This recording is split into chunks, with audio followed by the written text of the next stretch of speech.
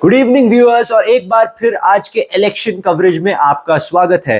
अभी बस कुछ ही मिनट पहले प्रधानमंत्री नरेंद्र मोदी ने अपना विक्ट्री स्पीच बीजेपी हेडक्वार्टर पे दिया, जिसके स्टिल्स अभी भी आप मेरे पीछे देख रहे हैं, टीवी पर दिखाए जा रहे हैं। ये स्पीच दोस्तों उस दिन आती है जब हरियाणा में वाकई में बीजेपी ने इतिहास रचा है। जी हां, फाइनल रिजल्ट की अगर मैं बात करूं तो 90 में से बीजेपी 48 सीट्स पर जीती है, कांग्रेस को 37 सीट्स मिली है, आईएनएलडी जो रीजनल पार्टी है उनको केवल 2 सीट मिली है, और बाकी जो इंडिपेंडेंट कैंडिडेट्स है उनको 3 सीटें मिली है। बीजेपी दोस्तों, ये इतिहास में क्यों कह रहा हूं, क्योंकि हरियाणा के चुनावी इतिहास में ऐसा पहली बार हो रहा है कि कोई पार्टी तीसरी बार लगातार सरकार बनाने जा रही है। तो एक तरीके से कंप्लीटली बीजेपी एक प्रो बीजेपी वर्डिक्ट है हरियाणा में, जहां पर प्रो इनकम्बेंसी भी आप कह सकते हैं एक मैंडेट का हिस्सा है। हरियाणा के हीरो जो बीजेपी के लिए रहे हैं वो है वहां के मुख्यमंत्री नायाब सिंह सैनी। जी हां दोस्तों, इसी साल मार्च में मनोहर लाल खट्टर जो कि 9 साल से ऊपर मुख्यमंत्री थे, उन्हें बदलकर नायाब सिंह सैनी को मुख्यमंत्री बनाया गया था। उस वक्त तो ये कई लोग ये दावा कर रहे थे कि कई बीजेपी की अंदरूनी हालत और जो ओवरऑल हालत है उनकी हरियाणा में वो बहुत खराब थी, और लोग मनोहर लाल खट्टर से बहुत नाराज थे, इसी कारण उन्होंने मुख्यमंत्री को बदला। लोग ये भी कह रहे थे दोस्तों कि अब इसका कोई असर देखने को नहीं मिलेगा, क्योंकि 10 साल से लोग बहुत नाराज थे बीजेपी सरकार से। लेकिन ये जो रिजल्ट आया है इसके हिसाब से it has proven to be a master stroke. Nayab Singh Saini ना ही सिर्फ अपनी कॉन्स्टिट्यूएंसी लाडवा में बम्पर वोट से जीते हैं, बल्कि फिर से हरियाणा के मुख्यमंत्री बनने जा रहे हैं सूत्रों के मुताबिक। तो प्रधानमंत्री मोदी ने अपने भाषण में इसी के बारे में बात किया था कुछ मिनट पहले, जहां पे उन्होंने यही बात बोली थी कि हरियाणा में तीसरी बार बीजेपी की सरकार बन गई है, और जो 36 बिरादरी की पार्टी बीजेपी को कहा जाता है, वो भी उन्होंने स्पष्ट किया कि आखिर ये जाति है क्या, 36 बिरादरी है कौन।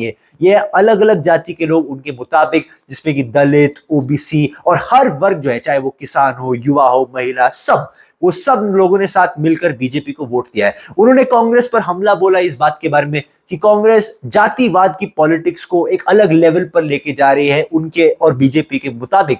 उन्होंने हरियाणा में दोस्तों, जैसे कि आप जानते हैं, स्पष्ट तौर पर एक जाट बनाम नॉन जाट डिवाइड हमें देखा गया था, जहां पर मैं ये कह सकता हूं कि हर पार्टी एक हद तक जो है जिम्मेदार थी इसके लिए। लेकिन मैं फाइनल डेटा जो अभी अभी इलेक्शन कमीशन की वेबसाइट पे आना बाकी है, मैं ये देखना चाहता हूं कि विशेषकर जाट लैंड जिसको कहते हैं हरियाणा में, वहां पर क्या कांग्रेस ने एक क्लीन स्वीप मारा है, या कहीं ना कहीं इस बार बीजेपी के लिए हालत वहां पे पहले से बेहतर हुई है। याद रखिए 37 सीट्स थी हरियाणा में, जहां पर जाट पॉपुलेशन ही डिसाइड करती है कि आखिर कौन जीतेगा। लेकिन अगर ये एक हद तक मान भी ले कि एक जाट कंसोलिडेशन कांग्रेस के फेवर में हुआ है, तो एक मैसिव नॉन जाट कंसोलिडेशन जैसे कि ओबीसी वर्ग, दलित वर्ग, ये सब लोग बीजेपी के तरफ गए हैं। इसमें नायाब सिंह सैनी का एक बहुत बड़ा फैक्टर है, क्योंकि वो खुद ओबीसी समाज से आते हैं।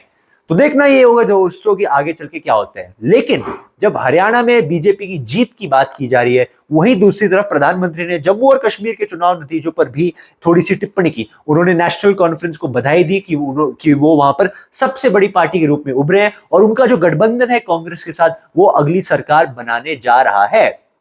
लेकिन दोस्तों, कुछ सवालिया निशान यहां पर बीजेपी पर भी हैं। ये जो मैं पहले भी कह रहा था कि बीजेपी का पूरा कैंपेन था ये एक नया कश्मीर है, और वो बहुत कॉन्फिडेंट थे कि धारा 370 को जो उन्होंने हटाया वो एक मास्टर स्ट्रोक साबित होगा। लेकिन ऐसा नहीं हुआ है। जम्मू कश्मीर का अगर आप एंड रिजल्ट आप देखें तो नेशनल कॉन्फ्रेंस और कांग्रेस का गठबंधन 48 सीट्स जीत चुका है, बीजेपी 29 सीट्स जीती है, जो पीडीपी जो रीजनल पार्टी है वो केवल 3 सीट जीती है, और पीपल्स कॉन्फ्रेंस एक और रीजनल पार्टी है जम्मू कश्मीर में, उन्हें केवल 1 सीट मिली है, जबकि इंडिपेंडेंट्स को 7 सीट मिली है, जिसमें आवामी इत्तेहाद पार्टी भी है जो इंजीनियर रशीद की पार्टी है। एक तरीके से दोस्तों जम्मू कश्मीर की अगर मैं बात करूं तो one of the biggest highlights है पीडीपी का कोलैप्स। जी हां दोस्तों, शायद किसी ने ये नहीं सोचा था कि जो पार्टी 2014 में सबसे बड़े दल के रूप में उभरी थी, वो इस बार पूरी तरीके से समाप्त होती हुई दिख रही है इस चुनाव में, wiped out you can say, क्योंकि सिर्फ 3 सीट उनको मिले। बीजेपी को दोस्तों आत्मचिंतन बहुत करना है इस बात को लेकर, क्योंकि पहली बात तो जैसे मैंने कहा, धारा 370 की जो बात थी वो वहां के वोटर्स ने नकार दिया है, तो कहीं ना कहीं बीजेपी ग्राउंड रियलिटी को समझ नहीं पाई, और जम्मू में भी 43 सीट्स हैं, वहां पे 29 सीट्स जीते हैं, और वो उम्मीद कर रहे थे कि वो और भी जीते, लेकिन ऐसा नहीं हुआ। और कश्मीर में, विशेषकर कश्मीर वैली में, उनको कोई भी समर्थन इस बार नहीं मिला है। आने वाले वक्त में देखना ये होगा कि आखिर बीजेपी कैसे इस सिचुएशन को रिएक्ट करती है, और क्या वहां जो मौजूदा भी सरकार बनेगी जिसने दावा किया है कि वो आर्टिकल 370 को वापस लाएगी, क्या वो केंद्र सरकार पर दबाव बना पाएगी कि नहीं। तो इन शॉर्ट दोस्तों मैं ये कह सकता हूं आज के दिन पे it's a split mandate and the honour has been split in two states. You have a BJP wave in Haryana clearly, and you have a national conference and an India alliance clearly getting to power there in Jammu and Kashmir.